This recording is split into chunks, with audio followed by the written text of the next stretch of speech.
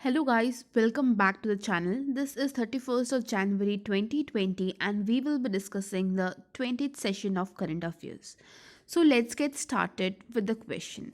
Yeah, before starting, आज रात को जो है वो जनवरी मंथ के जो जितने भी इम्पोर्टेंट करंट अफेयर्स हैं सारे का मिलके एक कंबाइंड वीडियो आ जाएगा. वो भी आपके लिए हेल्पफुल होगा and you can say it out as well. So let's get started with the first question. The first question is Kaja Kallas became the female prime minister of which country? तो पहला question पूछा गया है जो कजा कालिस है वो किस देश की पहली महिला प्रधानमंत्री बनी है. तो options are A Estonia, B Ethiopia, C Japan या फिर D Suriname. So the correct option here is option number A. Estonia की पहली प्राइम मिनिस्टर बनी है कजा कालिस. तो एस्टोनिया का जो कैपिटल है दैट इज तालिनान और जो करेंसी वो यूज़ करते हैं दैट इज़ यूरो. इंपॉर्टेंट है एग्जाम पॉइंट ऑफ व्यू से. Now the second question. National award for best electoral practices 2020 was awarded to which state. तो क्वेश्चन में पूछा गया है कि राष्ट्रीय अवार्ड जो कि बेस्ट इलेक्टोरल प्रैक्टिस फॉर 2020 के बेसिस पर दिया गया है वो कौन से राज्य को मिला है. Options are A Arunachal Pradesh, B Meghalaya, C Gujarat या फिर D Tamil Nadu. So the correct option here is option number B Meghalaya. अब जान लेते हैं कुछ इंपॉर्टेंट बातें मेघालय से रिलेटेड. सो मेघालय के जो चीफ मिनिस्टर हैं वो है सी के सांगमा, गवर्नर जो है सत्यपाल मलिक और कैपिटल जो है शिलोंग. तो शिलोंग में रिसेंटली एक स्कूल है आसाम राइफल्स पब्लिक स्कूल जिसे खेलो इंडिया के तहत नॉर्थ ईस्ट का पहला स्कूल चुना गया था.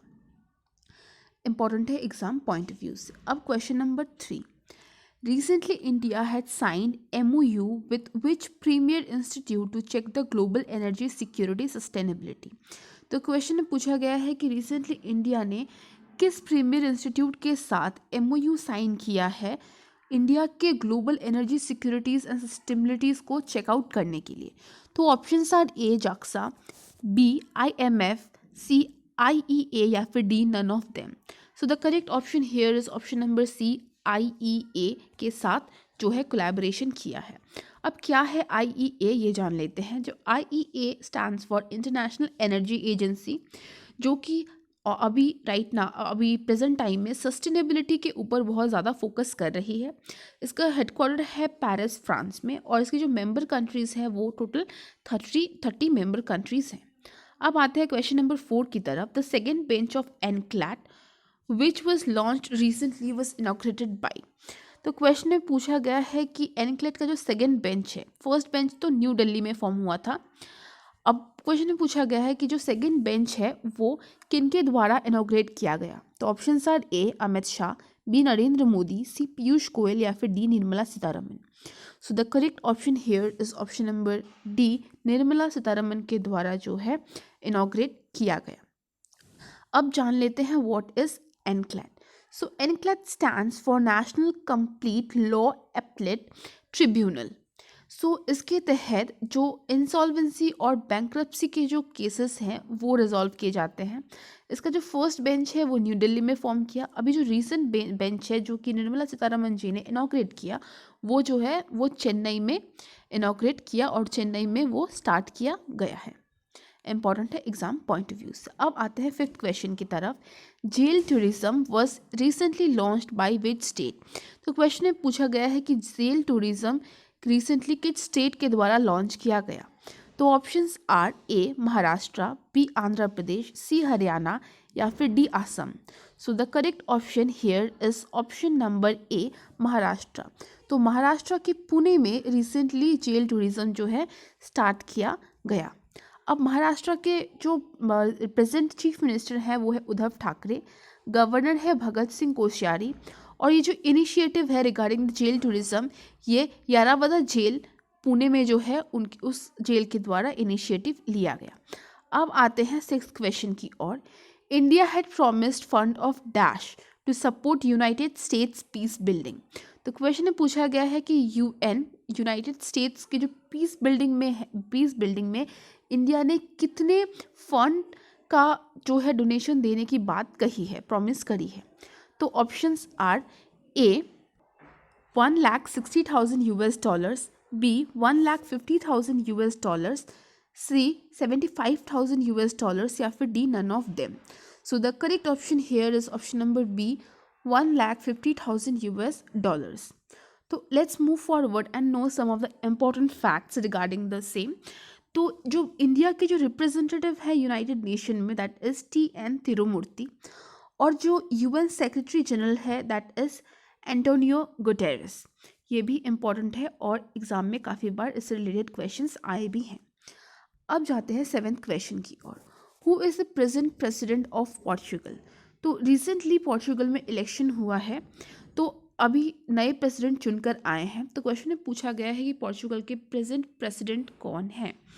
सो options are A Chan Santokhi, B R K Jadeja, C Marcelo Rebelo या फिर D none of them. So the correct option here is option number C Marcelo Rebelo बने हैं पोर्चुगल के नए प्रेसिडेंट. पोर्चुगल का जो कैपिटल है दैट इज लेस्बॉन. उसके बाद जो करेंसी वो यूज़ करते हैं दैट इज़ यूरो. और पार्टी जिससे मार्केलो रेबेलो चुन के आए हैं that is social democratic party. Important है एग्जाम पॉइंट ऑफ व्यू से. अब डिस्कस करते हैं eight question. Panchsheel agreement for peace keeping is signed by India with which country. तो क्वेश्चन में पूछा गया है कि रिसेंटली इंडिया ने पंचशील नाम का एग्रीमेंट साइन किया है, वो इंडिया ने किस कंट्री के साथ साइन किया है. Options are A America, B Bangladesh, C Pakistan या फिर D China. So the correct option here is option number D. India ने पंचशील एग्रीमेंट चाइना के साथ जो है साइन करा है. Now let's move forward towards the ninth question that is what is the new name of Nag missile Helena was test fired by helicopter in Orissa. Which was this is which. Okay, so question में पूछा गया है कि नाग missile जो कि recently test fire किया गया है ओडिशा में और जो सक्सेसफुल भी रहा, उसको रीनेम क्या किया गया है, उसका रीनेम क्या है, उसका जो नया नाम है वो क्या है. तो ऑप्शंस आर ए ध्रुव अस्त्र, बी निर्भय, सी शस्त्र या फिर D Agni. So the correct option here is option number A Dhruvastra. Up 10th question for the ninth and the last question for the day. Writer of the India Way Strategies for an Uncertain World कौन है.